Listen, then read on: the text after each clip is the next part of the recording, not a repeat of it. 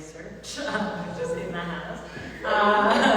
I'm just going to introduce our poets one at a time. They'll read, John will go last, and then we'll have a conversation among us and with all of you. So our first reader is going to be Louis Burry. He is an art writer and the author of 2 books, The Way Things Go, from Punctum Books in 2023, recent, and Exercises in Criticism from Dalkey Archive in 2015, and is an associate professor of English at Hostos Community College, CUNY. And he's contributed reviews, interviews, and features to magazines such as Hyperallergic, Bomb, The Brooklyn Rail, and Art in America. Louis.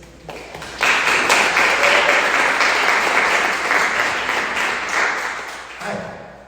Thanks, Sonya.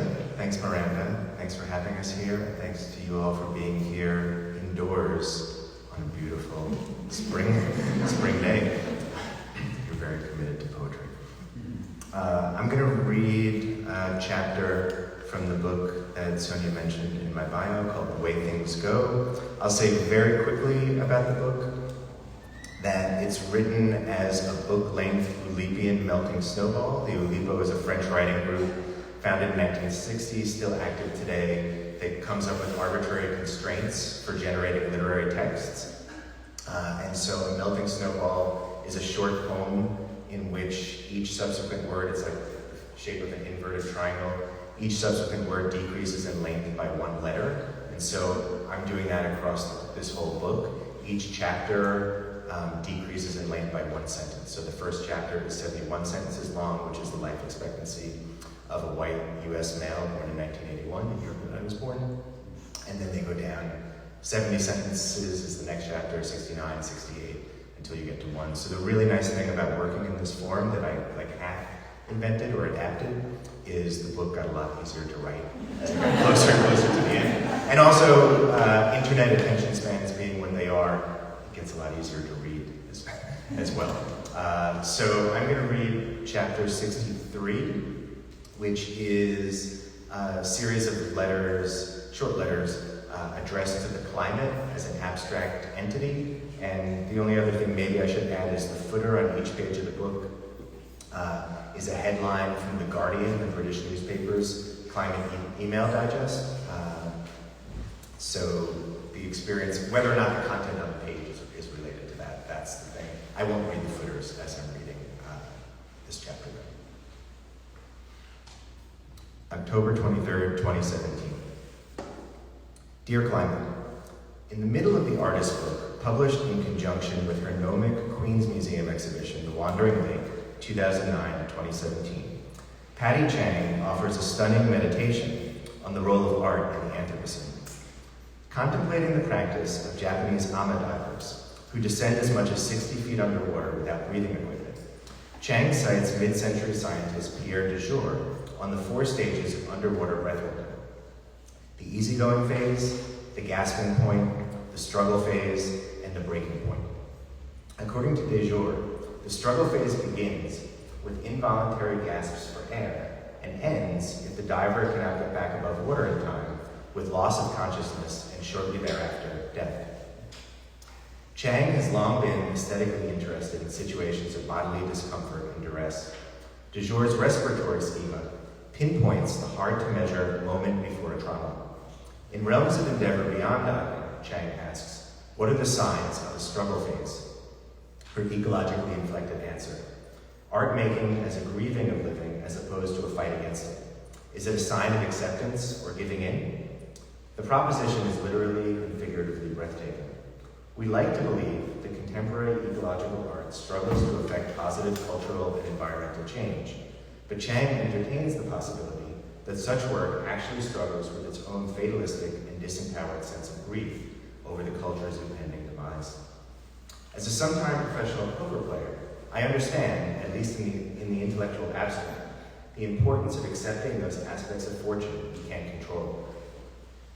But I only understood acceptance in a fuller, embodied sense when I began to practice yoga. In yoga, origami sequences of movement and breath fold your thoughts in upon themselves until until they take a shape near coincident with that of your body. Such careful attention to the body's angle and measure requires neither willpower nor surrender.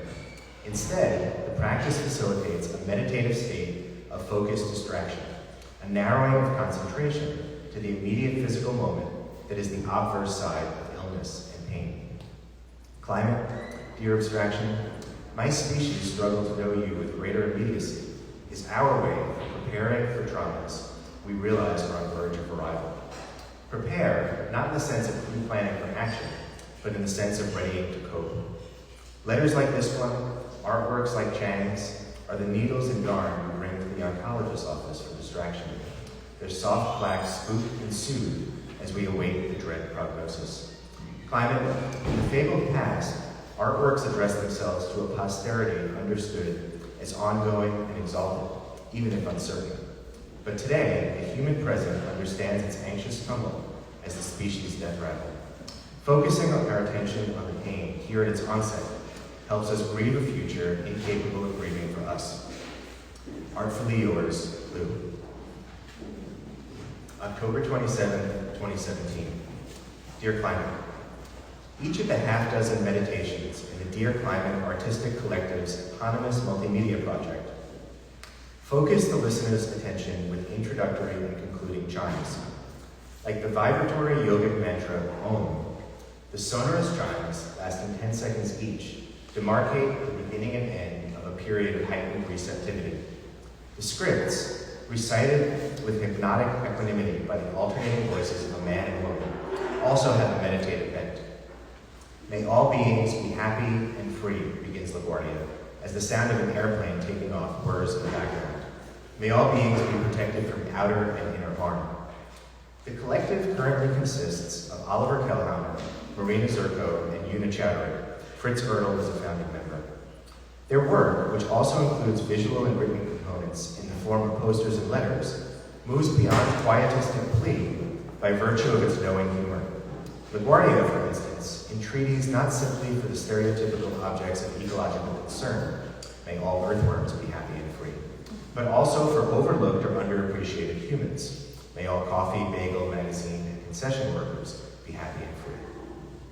As well as for harmful, unwanted, or threatening non-human entities. May all free radicals be happy and free. Climate, I used to practice with a yoga teacher who was fond of instructing us in the middle of difficult poses to turn up the corners of your mouth. The principle behind the instruction is that if you lead with the body, the mind will follow. Perform willingly, a simulated smile can become an actual one. It felt corny doing it, but the trick always worked. Climate, I'm writing to seek your help in leading with my body. I want to learn from your example how to smile with contentment, even as I grieve. I want you to teach me how to welcome death as a way of life. Shavasana, they call it in yoga, from the Sanskrit for corpse pose. It's the pose I practice each morning as a writer. Breathlessly yours, Lou. October 30th, 2017. Dear Climate, the problem with writing or talking about yoga is that the practice involves a type of knowledge, embodied, pre-conscious, resistant to articulation. Hence the reliance in popular yogi speak on shop-worn mantras and new age cliches, hollow linguistic forms that don't pretend to be anything more than placeholders for experiences they can't adequately capture. The Dear Climate Collective demonstrates a sophisticated understanding of this linguistic predicament. In a series of 70 downloadable posters, they use dark, almost fatalistic humor to deform stock expressions. Climate change, asks one such poster, will it make me look fat? Don't know your place, reads another, with an image of a hurricane-damaged house occupying the space of the line break. The poster's impish wordplay adopts a tone far different from the grave admonitions of much ecological discourse. Like a mouth turned up at the corners, the poster's joking embrace of disaster begets the meditation's reassuring equanimity. Where the posters confront stale language by reinvigorating cliché, the meditations accept language's inadequacies and limitations by using it in a simple way. Puddles, springs, sources, begins the hydrosphere incantation as water drips rhythmically in the background. Fido Telmata, oases, cienegas. The catalog form here, with its steady splash of syllables, emphasizes the word sounds over their sense. This state of contentment receives its fullest expression in the chimes that begin and end each meditation. More than just calls to attention or temporal boundary markers, the chimes are sounds that, similar to an Om chant, convey a paralinguistic sense of felt presence. It's a sensation of acceptance that develops from the inside out. Warmly, Lou. November 2nd, 2017. Dear Climate, chanting Om feels a bit like swallowing your own tongue. You close your eyes, clasp your hands in prayer at your heart, and try to speak the word that would obliterate speech. Mum's the word, Lou. November 3rd, 2017. Dear Climate, leave it to a writer to venerate silence. Leave it to humans to behave humane. Leave it alone, let it be. These were the ineffectual mantras of my 20s. Climate, when you leave someone or something be, in the way I once tuned out my sister's pain, and my species mostly tunes out yours, your body continues to recite the words your lips refuse to speak. Unmuted, Lou. November 4th, 2017. Dear Climate, I accept what can't be spoken about, and I accept what can be spoken about and what can't. The way things go and the way they don't. I accept the fluster of lost door keys, the hour badly spent. I accept my body's cell cycle, the treadmill march of fingernails and follicles, all the mitochondria and telomeres, whose growths and divisions are not just feats of self-maintenance, but also dress rehearsals for death. Climate, I accept the long moment before a trauma and the even longer moment after. I accept the great distance between us, as well as the great intimacy. I accept the incongruous sound of your smile, the whistle of birdsong as dawn floods the cemetery with light. Climate, I accept all these things and more, but most of all, I accept that I may struggle to remain acceptant. Happily and freely, Lou.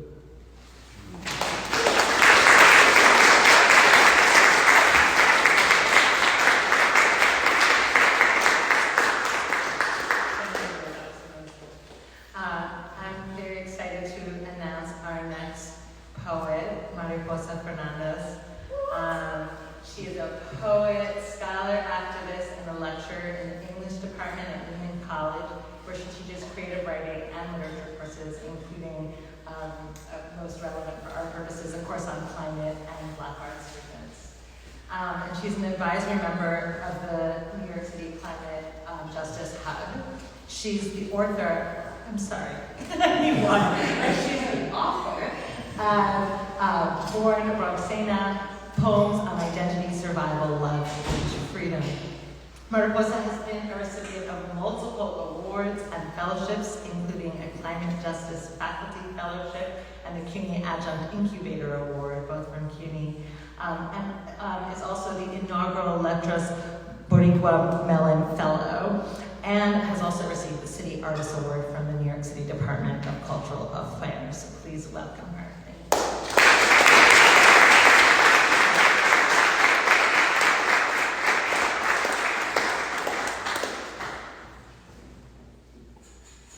Thank you so much, Sonya. Thank you for having me. Congratulations to John, and I'm honored to be here with Kendra and Louis and to be in this space. I am dedicating my poetry tonight to my grandparents. I was really inspired by the mural behind me and all of the people in it, and it just reminded me of them. My grandparents who came here to New York City in the early 1930s, and when I share that with my students, they think that I'm like a million years old. When I tell them, as the youngest, me and my twin sister, we were born last, so it means that we grew up with parents who were children during the Great Depression, and my students think, wow, you're old. I'm inspired by the James Baldwin quote that I see over on that side, just as a reminder that we need to really look at the things that we want to change and that we need to change in our society, and we need to look at the past. And I'd like to read the quote: if you don't look at it, you can't change gotten to look at it, James Baldwin, as we celebrate the centennial of his birth. I wasn't sure what to read this evening. I have a lot of poems that I wrote after Hurricane Maria.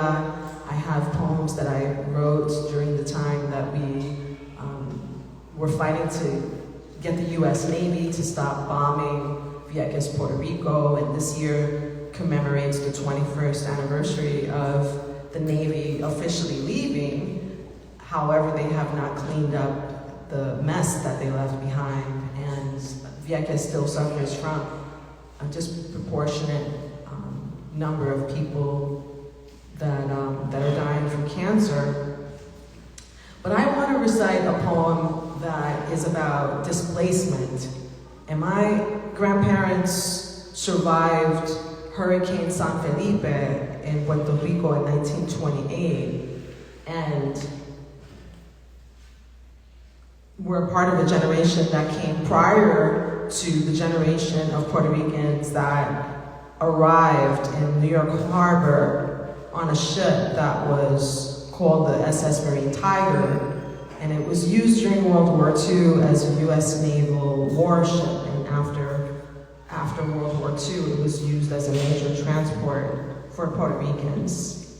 And for me, it fits within the context of climate, and any time we're acknowledging climate disaster and issues that go beyond just natural catastrophes, but political climate. We're also looking at forced migration and displacement of peoples, and this is about that.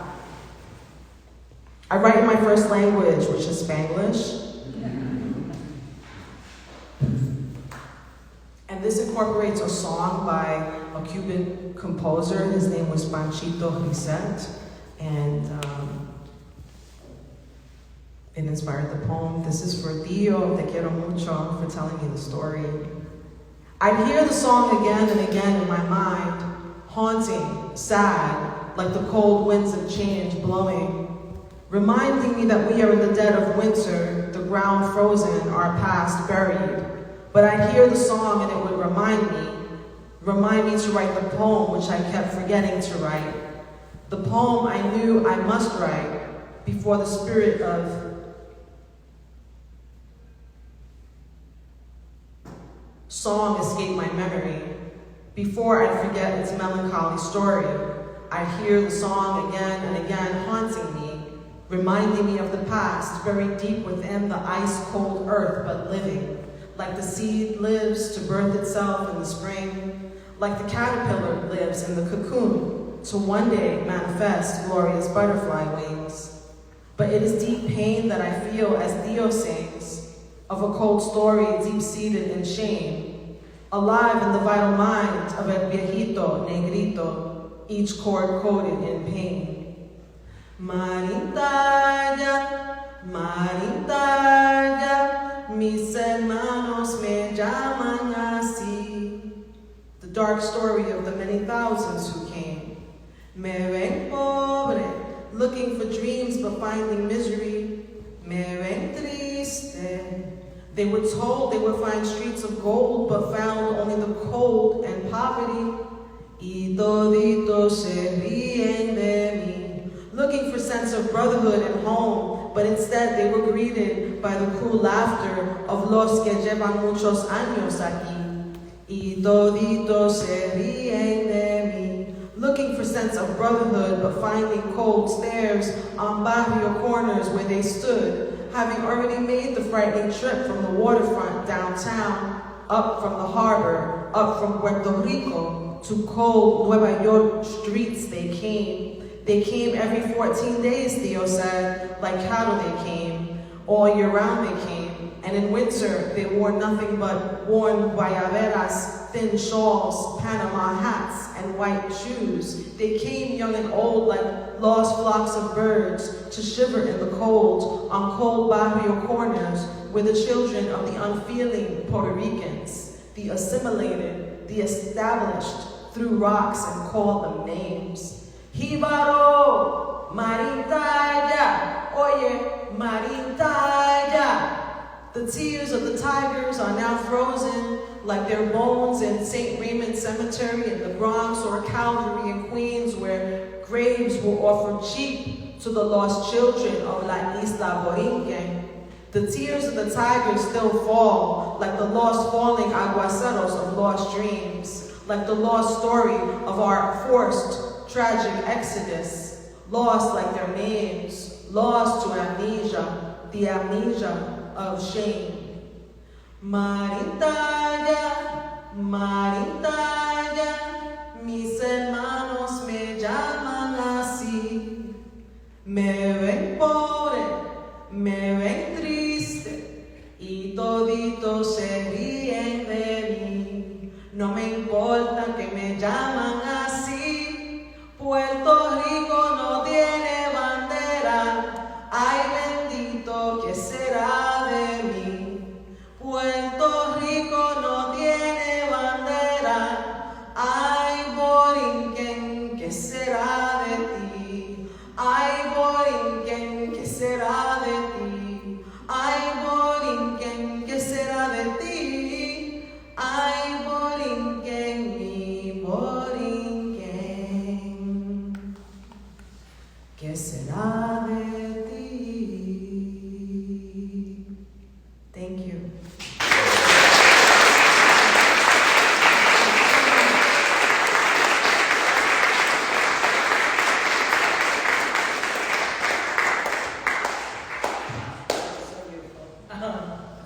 Our next reader is Kendra Sullivan. She's a public artist, an activist scholar, and a poet. She's the director of the Center for Humanities at the CUNY Graduate Center, where she leads the Andrew Mellon Seminar on Public Engagement and Collaborative Research, and also co-directs the New York City Climate Justice Hub. She's the publisher of Lost and Found, the CUNY Poetics documented initiative. Oh, I'm a big fan of that. And the co-editorial director of Women's Studies Quarterly. Kendra has produced public art addressing water access and equity issues in cities around the world, and has published her writing on art, ecology, and engagement widely. She's the co-founder of the Sunday Luncheonette, a cooperative arts venue in Greenpoint, Brooklyn, and a member of Mari Libero and Eco Art Collective. Her books include 0 Point Dream Poems from Double Cross Press and Reps from Ugly Duckling Press. Thanks, Kendra.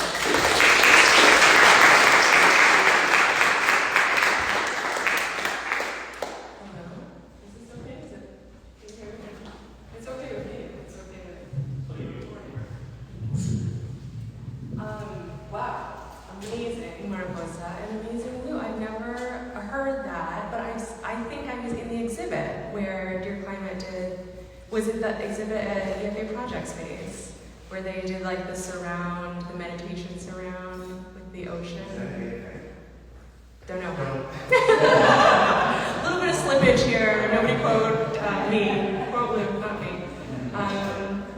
I maybe you know what, your writing was so evocative that I thought I was there. Thank you so much, John, for inviting me. Everyone at the Climate Museum, Sonya, Mariposa, Lou, this has been such a pleasure already. I feel like I could go home happy, even if I didn't get to read, but I'm going to get to read, so I'm really even happier. I think I'm still in a state of suspension. I don't know which book to read from. This book is a dossier that Double Cross Press published for me. Amazing artists, Anna Griffin-Watcher and MC Highland, who put together this absolutely fabulous handmade object that arrived in this world during the pandemic. So it got no love in the way that a book needs love in order to travel the world. And then this book is not even alive yet in the real sense. This is a pre-order copy. It comes out May 11th, and I'm very happy to have it here tonight. So I think I'll read from... All right, I'm going to read from this copy. Wow, it's like I just felt like something out of a hat. It was like a bunny. All right, okay. So this book, 0 Point Dream Poems, I wrote during the pandemic. It was based on a small reading group that I was part of, led by an amazing, phenomenal artist and author named Laura Henriksen. It was pulling together poets who had produced novels, and it was mostly poets who were reading feminist novels.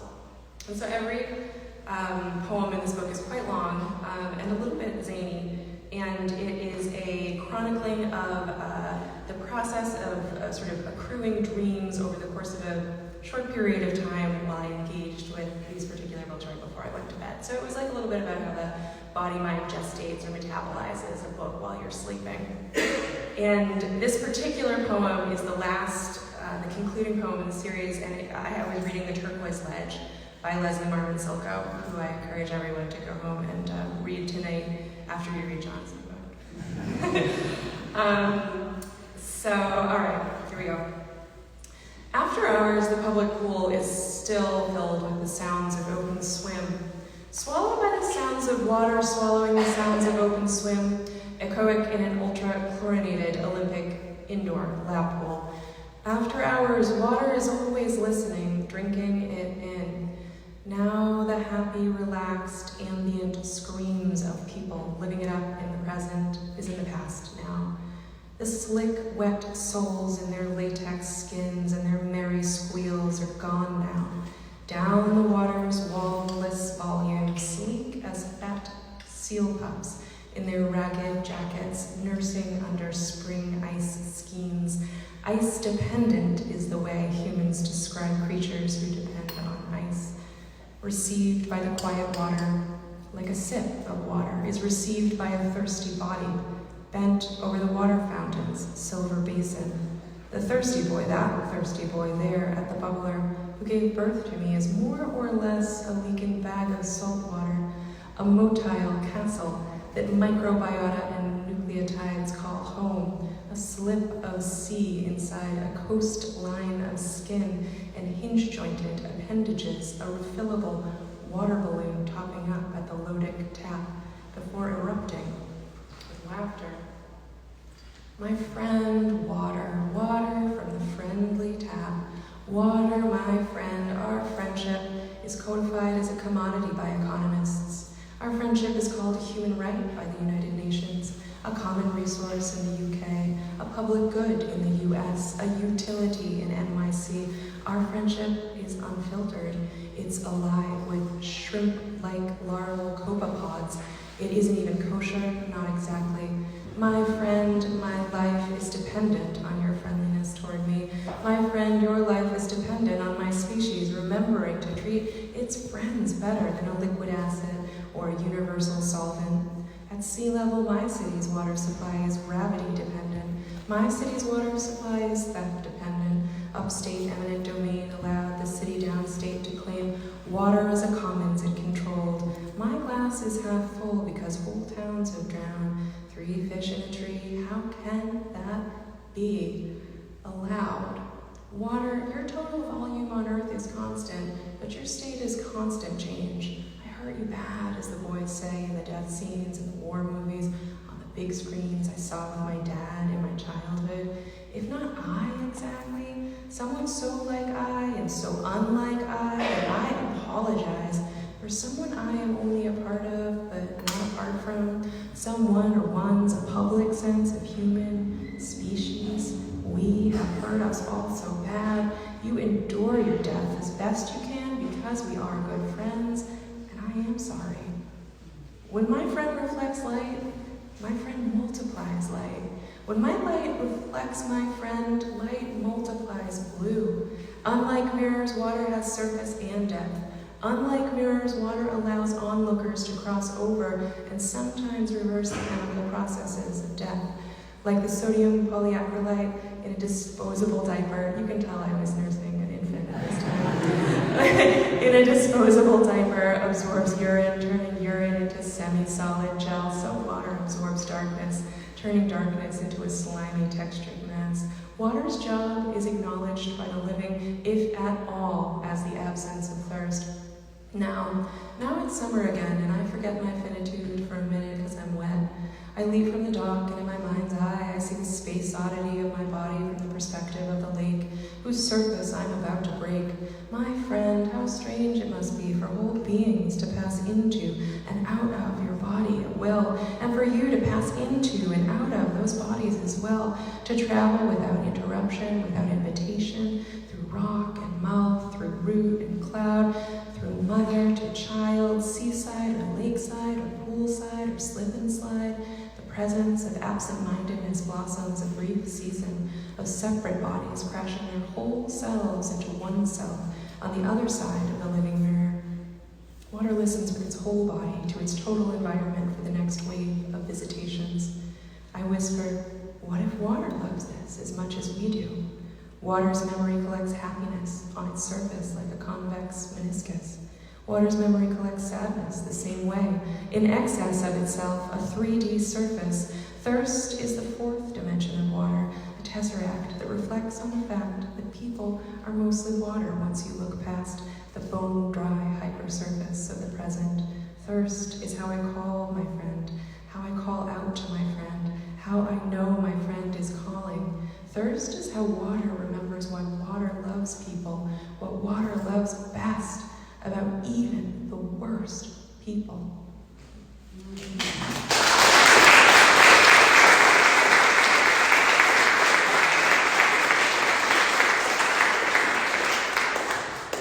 So amazing.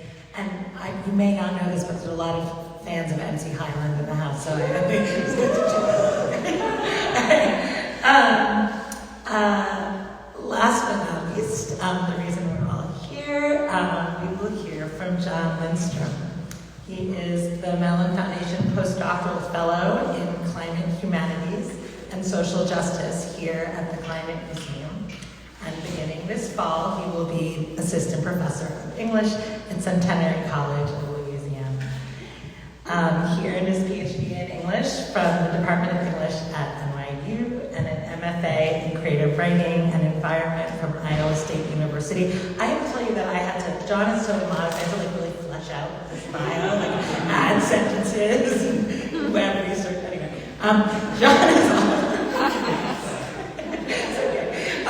John is also the series editor of the Liberty Hyde Bailey Library for Cornell University Press, for which he most recently published an edition of Bailey's The Nature Study Idea and Related Writings, which we celebrated just a few months ago.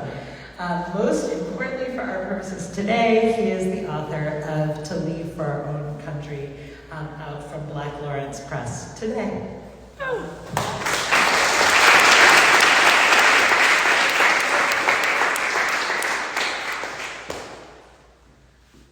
Thank you, Sonya, and thanks to Miranda and the Climate Museum for doing this. I feel so lucky to be here with Lou and Kendra and Mariposa, and thanks everybody for coming.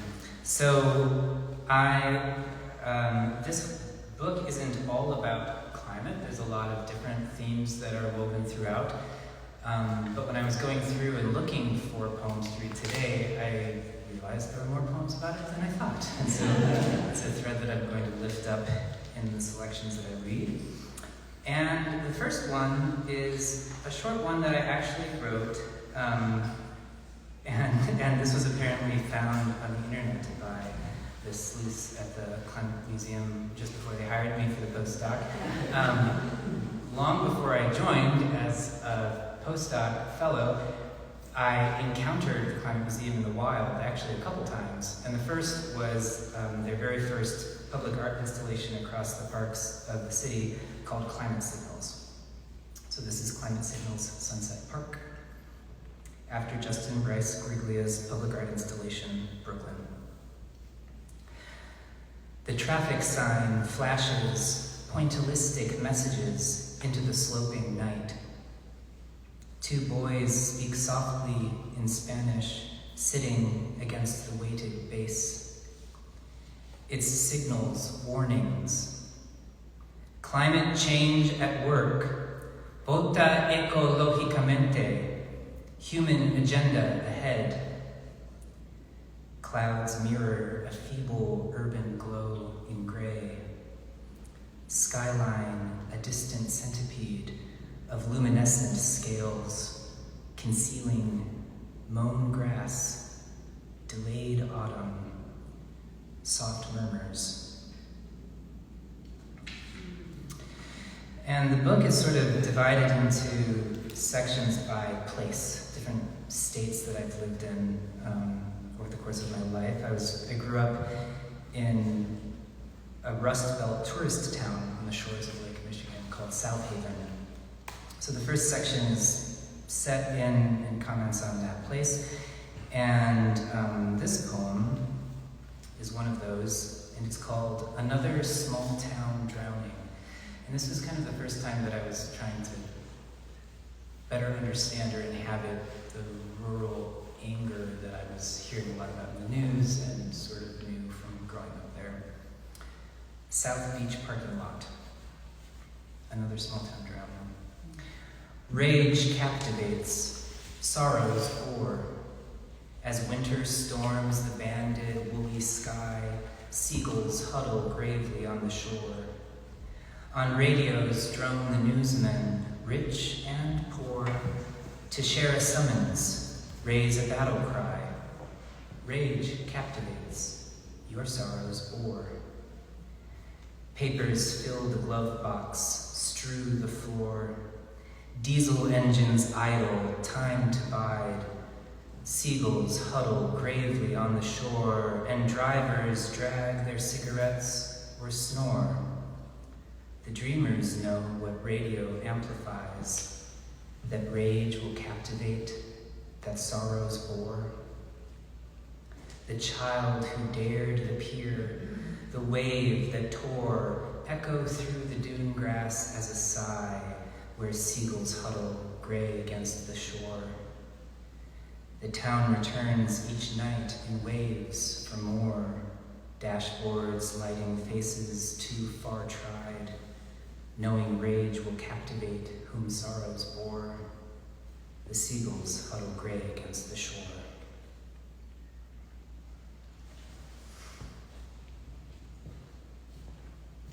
And this one is called Thunder and Lilies. 4:30, this is one that's set in New York City too, but the rest of them will be. Thunder and Lilies. 4:30 Thursday morning, and the atmosphere rips, shudders, and blows over the city, patters the window, booms close enough to make something in the ceiling buzz.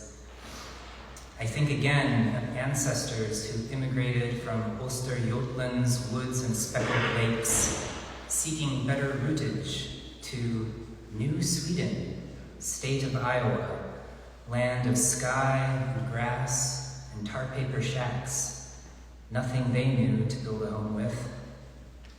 Imagine the heavy wetness and crash of a thunderstorm in a sod house.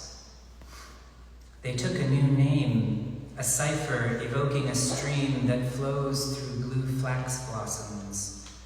Linseed cultivation was not for this new world. Grandpa Linstrom recalled the subsequent Nebraska farm, the nightly chore of irrigation. He'd lift the wooden check to loose the water from the co-op's ditch, then walk to the bottom of the cornfield to lie below the swaying stalks and stars and wait for the trickling water to reach his ears and wake him. Tonight, the sky in New York roars. Grandpa is dying in suburban Illinois, and smart people tell me we might not survive the atmospheric effects of our machines, of a kind of hunger. Could that dreaming boy beneath the stars, on a farm that ran without electric lights, have contemplated such a thing? His father would die soon after from a heart attack. He would be the one to leave for college, then seminary, and when he married in Illinois, no family from Nebraska came. I knew him as a gardener, a lover of hostas and lilies, who planted much and hopefully, who in thunderstorms would think of the rain and remind us that the plants would be glad.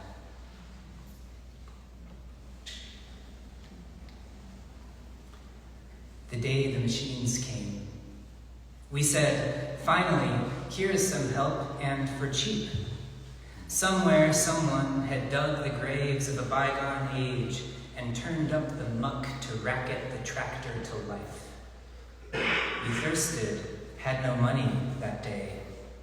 Oils forced from subterranean slumber became gold. We could bring bananas back from town, send the children to school, buy more land, send our youngest son away to college. Why didn't he return? Sunlight glinted off metal shoulders, beat less long on our backs.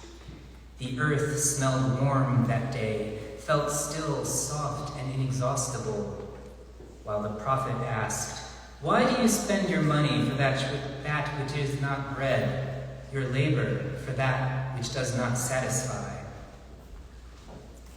Soul thirsts, flesh faints, the soil grinds below the turning blade.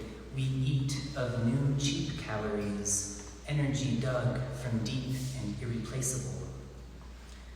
Were we worse sinners for what we began that day?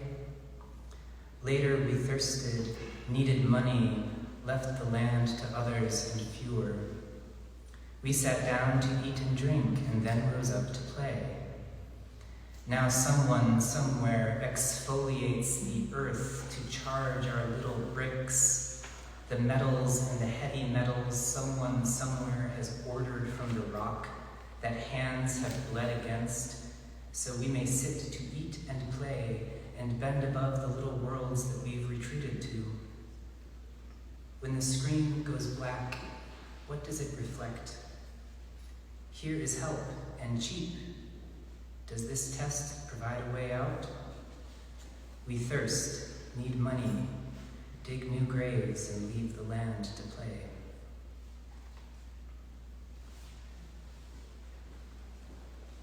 That's kind of a dark one. These last three are from the final section of the book, which were written as a liturgical poem cycle while I was poet in residence at Trinity Lower East Side Lutheran Parish down on Tompkins Square, where I've been part of the community for the past decade now. And they were written for the Advent Christmas season.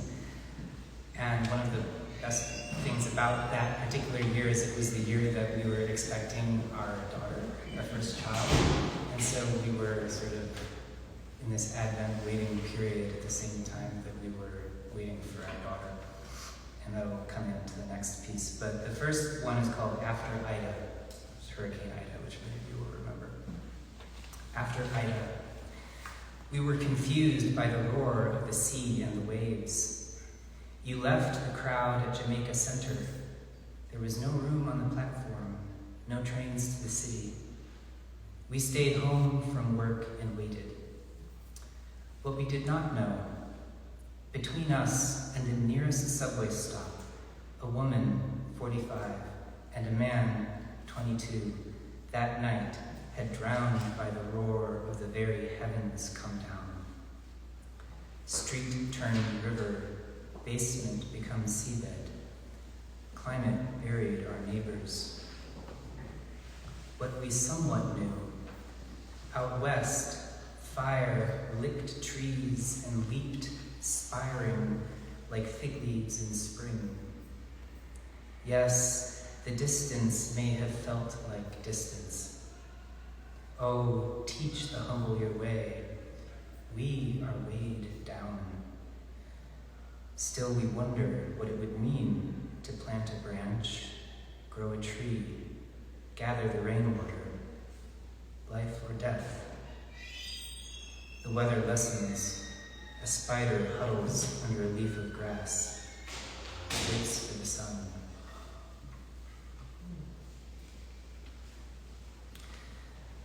This one is called Ungathered Words. And it's written to Chloe, our daughter. In this hurling swirl, snow like wool, frost like ash, hail like breadcrumbs battering plans, who can stand?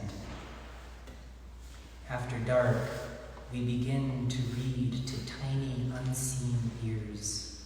Imagine them curl in like snail shells to savor with each torn word the remnant, not knowing. Tender shoot, you'll forget the fullness of time as soon as you can see. Word and flesh, grace and truth, this great and broken company will welcome you as you gather up, trickling in your ears like another minor flood, like a watered garden. And the last one is called Day of Epiphany 2021. Does anyone know what day of the year Epiphany falls on every year? January 6th. This was written in 2022, but it's titled Day of Epiphany 2021. Queens, New York. The laundry machines whirred and clanked. A child approached his mother and wrapped his arms around her thigh. She put her fingers through his hair, eyes fixed on the TV where newsmen spoke in Spanish over images of the mob grotesquely pouring up those granite steps in waves and waving flags that bore the name of some false king. The fingers of her other hand touched her upper lip. In my headphones, a sober senior correspondent spoke in English of 1812, the Crown's invasion, when that dome was burnt to ash. But this king was not a king. It seemed the rot was in our very land. Darkness covered it, and thick darkness the people. I wondered if the little family at the laundry might return home to a king's cake, its plastic baby hidden from the TV, the mobbing of innocence. Perhaps they would light an extra candle. Arise, shine. In the humble business of our days, in this epiphanic conflagration, what is the plan? Millions find the plastic child, and for the day become a king. May he judge the people with righteousness and the poor with justice. Each day another little king is frightened. A president seeks to unravel the slightest commission of grace, to threaten our honest routines. A scattering of neighbors mutter, shake heads, lean against particle board tables, linens piled fragrant. Lift your eyes and look around. Something has revealed itself in a humble laundromat, and we must leave for our own country by another road.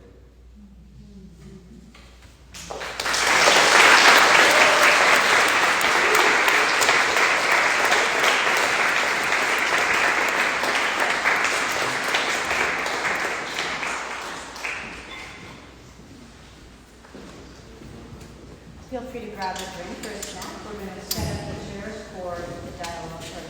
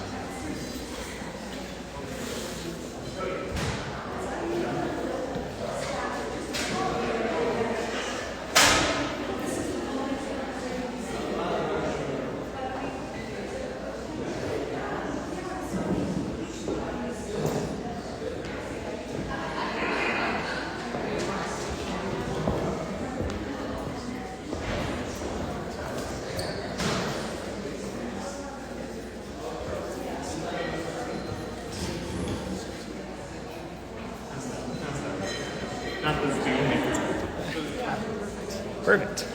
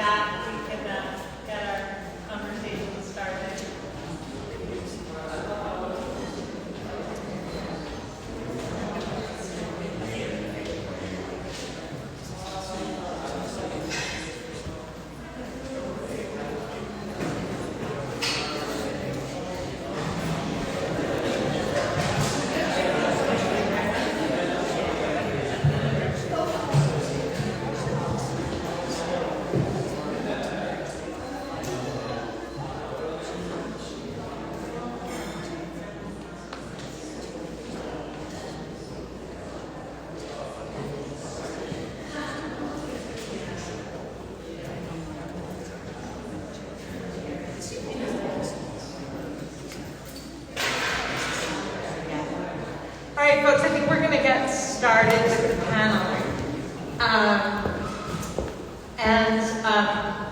First of all, you all, that was really amazing. Each one.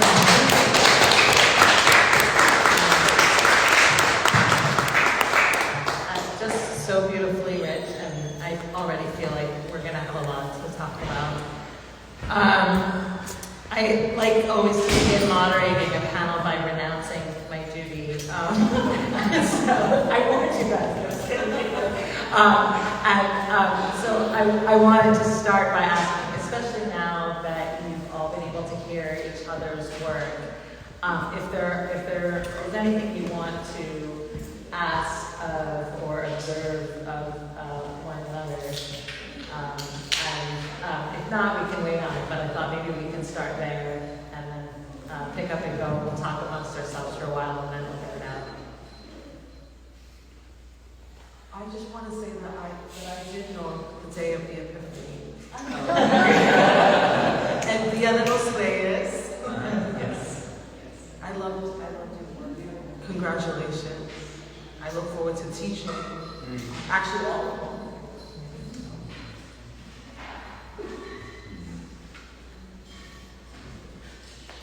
I was wondering about, I was interested in Lou when you were reading the like epistolary form, like what that opened up for you, or it was cool that it was both addressed to climate and also commenting on the project Dear Climate. But I've like played around with that form a little bit, and it seems like it does interesting, weird things. So I'm just interested in why that, called to you or what it did.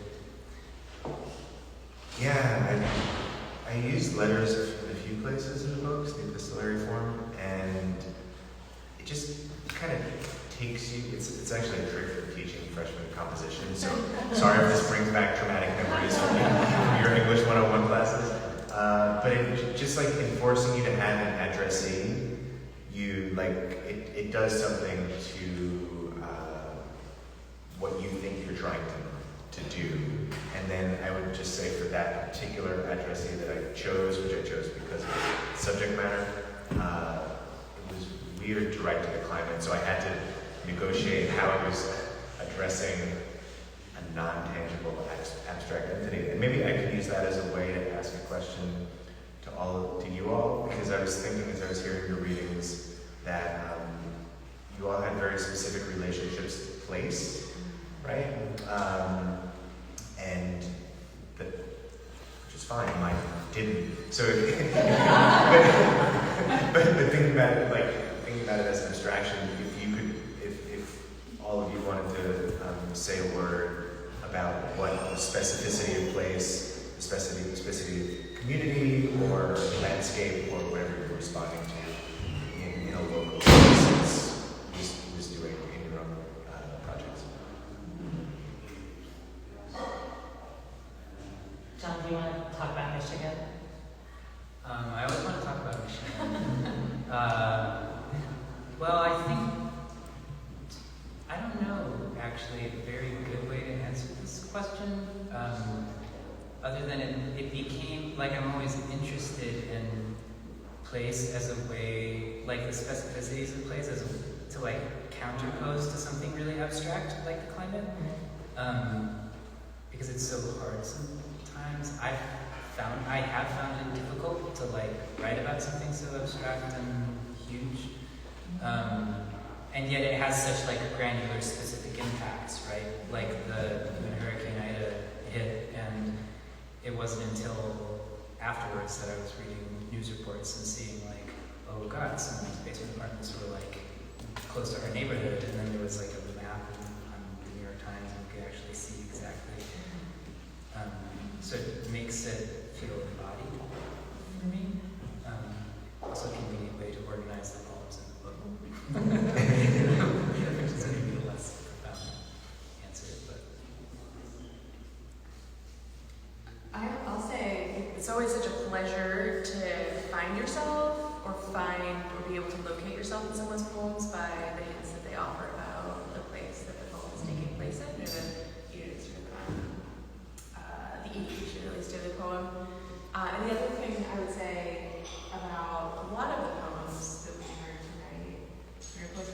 my own, maybe not the ones I read, but the ones that you didn't hear, sorry. And then a lot of your poems. There is this sense of relentlessly hopeful placemaking that I think happens around poetry, where it's like, you know, like I remember your story of Elizabeth Montgomery around Puerto Rico, or before Hurricane Maria, and you know, all of our experiences with these, you know, flood situations that are just washing away the very ground beneath our feet. And even to, you know, extrapolate one level out, if you think about development, gentrification, just the rapid pace of change, it's hard to stay in one place even if you're standing still. And so I think the work, one of the ways that my poetry is always working is trying to reground myself in the place that I recognize, even as it renders itself unrecognizable through change. I think that for me, poetry, it helps me to learn about new places. Like I got so much just from sitting here and listening to all of your work, and it was like, I don't know, my mind needed to focus on other stories, and you took me places where I didn't expect to go. I have your poem about water and actually like creating this relationship, like you're talking to your friend, and I was thinking about how much it's been raining lately, and one of the unanticipated consequences of a lot of rain in the city is what are we going to do when the sewers start to overflow, and you know it could also turn into our enemy. It could turn into something that is just quite horrific, and I was thinking about that as you read the poem.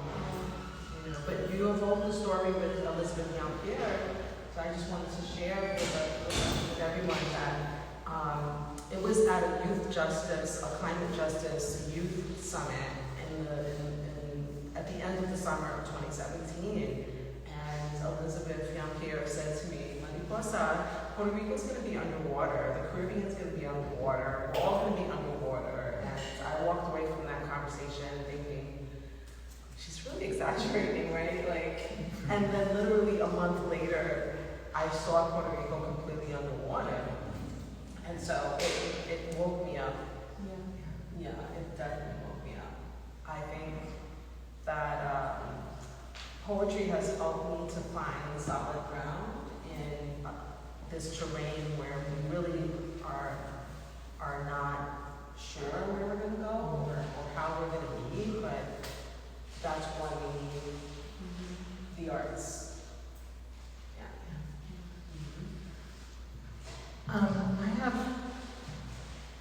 You've anticipated all of my questions. I have a question that I actually had not thought about at all in advance, but thought about as you were reading, which is about displacement. Mariposa, you referred specifically to that, and I was just so struck by the image of migrants wearing clothes for a different climate, because that is something that repeats itself and has repeated itself this winter in New York very, very powerfully. And then John, in the poem about your speaker's grandparents, or great-grandparents, ancestors, migration, the line about nothing there to build a home with, nothing there that they knew to build a home with, kind of resonated with that piece of Mariposa's poem. So this is a weird question, but I guess what I was wondering is there anything, I mean, we're just going to keep seeing more and more climate-based displacement, and people who end up in situations where they're out of time, out of place, in the wrong kind of air or season.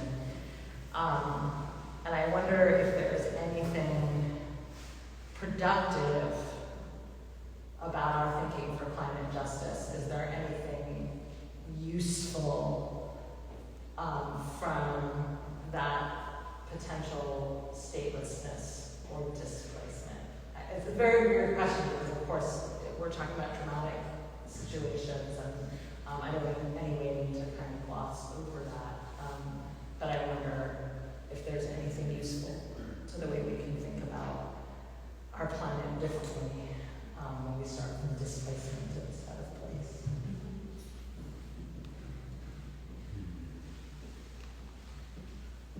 That's a tough one. No, absolutely not. I reject that question. I mean, I'll answer in a slant to say that, like, so the Turquoise Ledge by Leslie Norman Silko, she also wrote an amazing book that I assume many folks in this audience have read, called The Almanac of Death, forgive me. And in it, she's got the figure of the Poor People's Army, which comes together in a transnational, translocal, trans-ethnic, transracial body who wishes to take down the systems that do violence unto us all. And they blow her down. And so that's something that you can do if you say And that book also, one of the things I love is that book starts with this map, right? You're That's right. like totally messes up the Yes. boundaries between like Mexico, US, Canada, and even like the perspectives and things. So it starts and frames itself in a kind of like post-state state. Absolutely. Or then there's Jack Forbes's university that he started. Oh, I can't remember the name of it, but it's outside of San Diego. And his idea was like a pan-indigenous university. And it sort of had it was a very, very beautiful foundations, and there's extensive literature about the ways that it was erected, and then lived only a short time because it's so difficult to organize across and to fund like that. But what That's the kind of reality question. I anticipate more poets and a lot more poetry, because it's in times of crisis that we create. And Jesus Papoleto Melendez, who's one of the remaining pioneers of the New York poetry movement, came to my class, my Climate Black Arts class, and he told the students that probably on the day of 9/11, the most poems, that had ever been written before in one single day were written in that day. I mean, that's a very New York centric notion, because there are there's crisis and catastrophes happening all over the world, but as a New Yorker, I could totally relate, and it just made me pause and think about my own journal and the poems that I wrote on that day. And a friend of mine, actually, who was down in the area of the World Trade, and when she wrote a poem about, she should have been running from the cloud, and she was in Battery Park, and she fell to her knees and opened up her notebook and was scribbling a poem, whatever it was, and then later wrote a poem about how that was kind of like counterintuitive to what you should be doing in that moment. Like, you should be running from the cloud, like running for your life, but you're a poet, so you need to ground yourself into whatever it is that you need to do to survive mentally. And I think only a poet can understand that, but I don't know. It's just something that he made me remember that. And I think that a lot of us create ekphrastically, so we vibe off of each other. Like, I'm totally inspired to write an epistolary. I don't know. I can't decide if it should be like Dear White Supremacy. I like the juxtaposition, because that's like, or Dear Patriarchy. I think that's kind of, maybe been done already, but Not necessarily enough. There was something about the way that you got back to the address, and then your description of like water as a friend also addresses, I think, a problem that when academics talk about climate change, they always want to talk about scale. Like, they're always like, well, what about scale? How can we think about scale?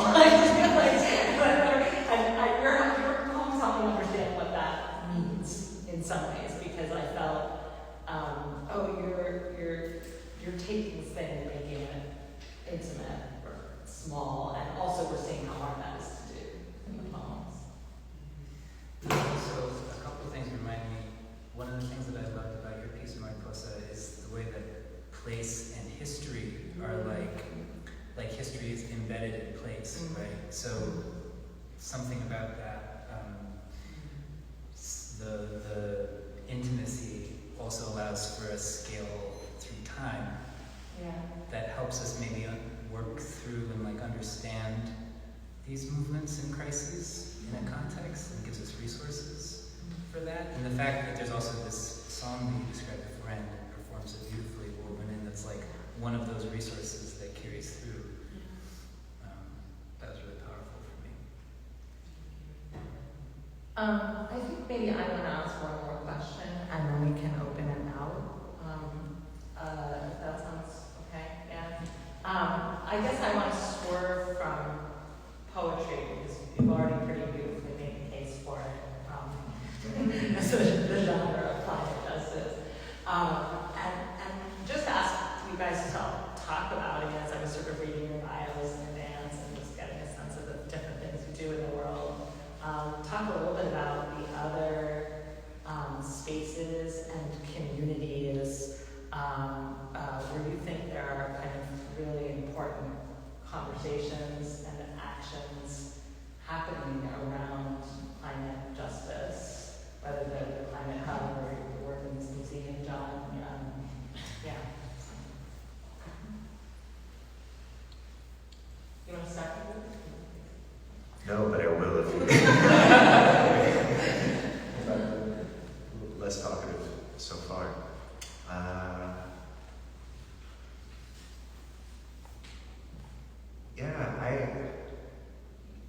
As you were talking about displacement, Sonya, I was thinking about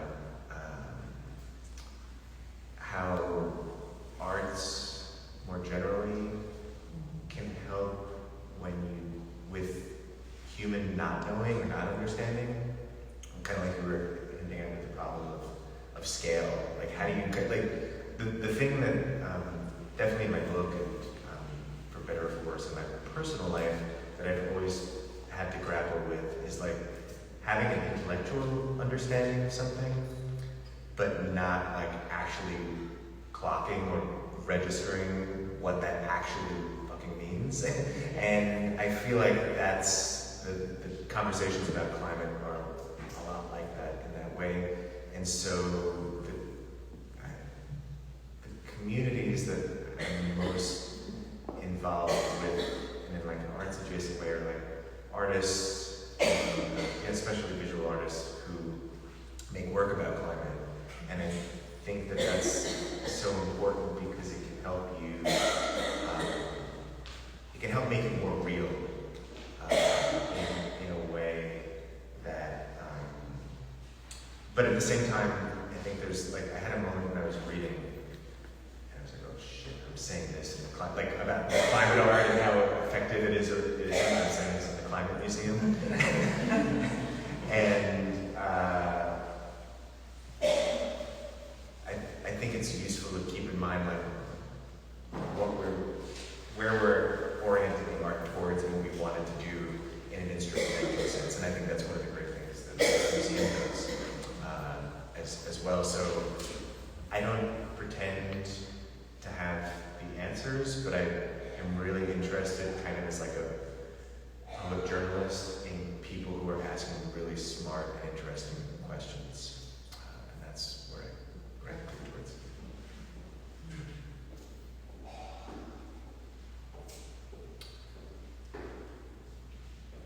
I just keep thinking of juxtapositions and how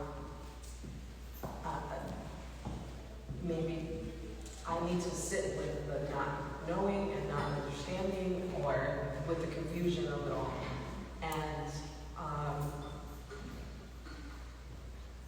and trust my creativity and my creative community to get me to the other side, to be able to understand. Because there are a lot of things that I don't understand, and there are things that I really frightening contradictions or ironies, and I was doing something really mundane, the laundry, and I really love laundry. My father would call me like a serial washer. I don't like for my laundry to pile up. Like I don't waste water. Okay, it's not like I will like do like I'm at the climate museum. Like a small wash. No, I don't do that. I don't do that. I make sure that I have enough for a load. But there's something just like simple about doing laundry. Like I can control this. I know how to do this, And so I was at the laundromat. There's a laundry room in my basement. It's just like, and there was a woman, an older woman. She was, elderly, and she had a red T-shirt with some graphic on it, and it reminded me of like the Justice Committee. Like for those of you that, the Justice Committee does work around social justice work around, ending police violence and police brutality, and but I thought, like this elderly white woman, is she a part of the Justice Committee? As I start to look closer, I do see like guns on it, and eagles, and other symbols like the American flag, but it's like a red T-shirt with black graphic, and then I just smiled and I just asked her, I was like, is that about the Second Amendment? And she said, sure is, and this is in the Bronx. And I said, do you own a gun? I sure do. I said, do you have a permit? She said, of course I do. That was the end of the conversation. Because the next question I wanted to ask her, are you carrying? But I thought, this is a crazy question. This is a crazy conversation. Like the juxtaposition of doing something so simple, like I'm doing my laundry and there's this, this elderly woman that looks so nice and then I have to write a poem about that, obviously, right? If I weren't a poet, I think I would go crazy. Now, in Puerto Rico, there's a saying, de poeta y loco, todos tenemos un poco. No, de poesía y loco, todos tenemos un poco. So we all have a little bit of poetry in us and a little bit of madness in us, but I think it's the poet in me that definitely keeps me sane.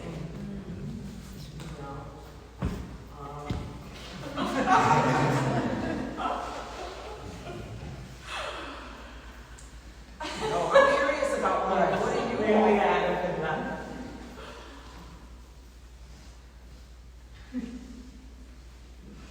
Any poets in the house? This is so beautiful. Thank you so much. I'm wondering how you think race plays into climate justice, and also, like, is there a way that we can maybe prevent the world from continuing to separate climate justice from anything? Because as I listen to all your work, I'm thinking it's all climate, right? And we just have this mentality that it's like, oh, recycling, or like it's this separate thing. But the science of the bathtub, the science of the drinking water, the science of the rain, like it's all our daily everything. So. Well, that's where my mind went. When I saw the old lady's t-shirt, I just thought like, oh, okay, I'm in the Bronx, and if it goes down here, how are we going to survive? Who is going to, it's the violence that is caused by climate catastrophe that I think is the scariest thing. And I think about what's happening in Haiti right now. I think about, a great book that I highly recommend. It's a YA book, but I think YA as a genre doesn't get the respect that it really deserves. But the author's name is Jenny Sanchez Torres, and the name of the novel is We Are Not From Here. And it's about these kids that are, they're running for their lives, and they're fleeing from Guatemala to the US on a train known as La Bestia. And you could like look it up on YouTube to see like how people that that are being labeled migrants that are right here in our city, and young people that are still like arriving, how they're getting here, what they're going through to get here, and what they're fleeing, the violence that they are fleeing from because of a lot of climate catastrophe and corruption. I think that that's something that we definitely need to address, and how racism and colonialism are a part of those problems. Yeah, another, for the sake of utilizing what's around us on the walls, a really great feature of this exhibition, there's along this wall kind of different scales of inequality in the climate crisis. And this one that's local on New York City helps to explain the idea of sacrifice zones, which are basically like neighborhoods, communities that fossil fuel corporations or whoever else basically deems unable to defend themselves or to speak back against policies, and links it to the history of redlining here in New York. And there's a really incredible correlation. That map underneath on the wall, there's a map of all of, of all of the neighborhoods that were either redlined or greenlined. These are the 4 different colors that were used in these maps in the 1930s, basically that funneled money into neighborhoods or kept it out. And it was always racial, like there's very overt racism in these documents. And then when you swing that map over, the plexi map is that's beautifully illustrated. Is a map of the heat island effect in New York, and you can see how the hottest neighborhoods today, because of this history of disinvestment, lack of greenery and other infrastructure, the hottest neighborhoods are the ones that were redlined in the 1930s, and the coolest ones are the ones that were greenlined. It's really incredible. So that's just another example of how, and also this like depth of history in a place, and how that impacts climate effects. It's everywhere. This is just one example, obviously. Maybe we have time for one more question?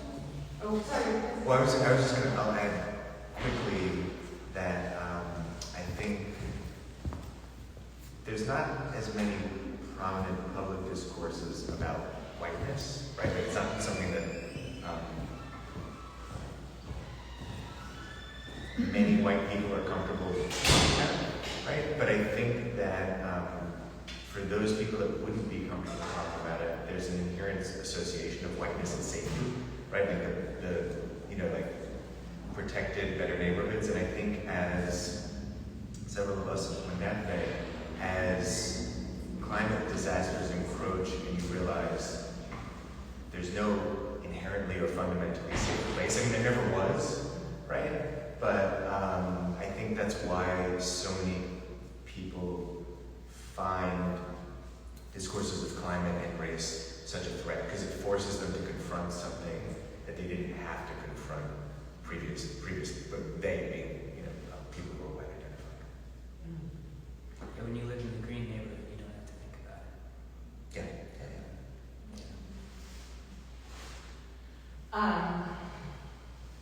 I think we have time for maybe one more. And then one more sentence. Yes. Yeah. Hi. I was working at a childhood development nonprofit, and one of the main things that we were concerned about was how climate change affects early childhood development, from like even within the womb itself. And I'm sort of interested in thinking about how do you think about the figure of the child within your own work of climate change or poetics, and also sort of thinking about how perhaps poetry can help us think about maybe discussing climate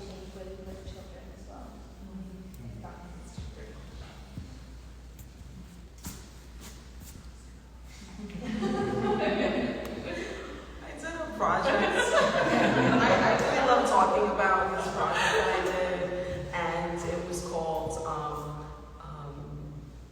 Poems for Popsicles, and it was a way to talk to kids in Hunts Point about climate without scaring them, and it was an incentive because if they wrote a poem, then they would get a popsicle. Initially, I wanted it to be piraguas, right? The snow, Puerto Rican snow cones, because my grandfather was a piraguero, but that's a lot of work. Shave and everything, so, and then, the first time I went out with the popsicles, I got the popsicles with, you know, they come on the sticks, and they melted, and basically the kids, you know, they drank popsicle juice in Dixie cups, but they wrote poems. And then in the future, I got the popsicles that are like the ones that come in the plastic, right? Because those you could just freeze. You get those, and I know they're made out of plastic. It's okay. I don't know what to do. Well, the first time you got the global warming lesson. It's true. Ecologically, the snow cones in the paper cones were probably much better. But I mean, that's something that maybe we can do with the climate museum. We could, you know, yeah, we could do that. We could do like a mobile, go around the neighborhoods. And then we could do it how it smells like snow. Oh my God. This is genius. All right, well, we have your next one.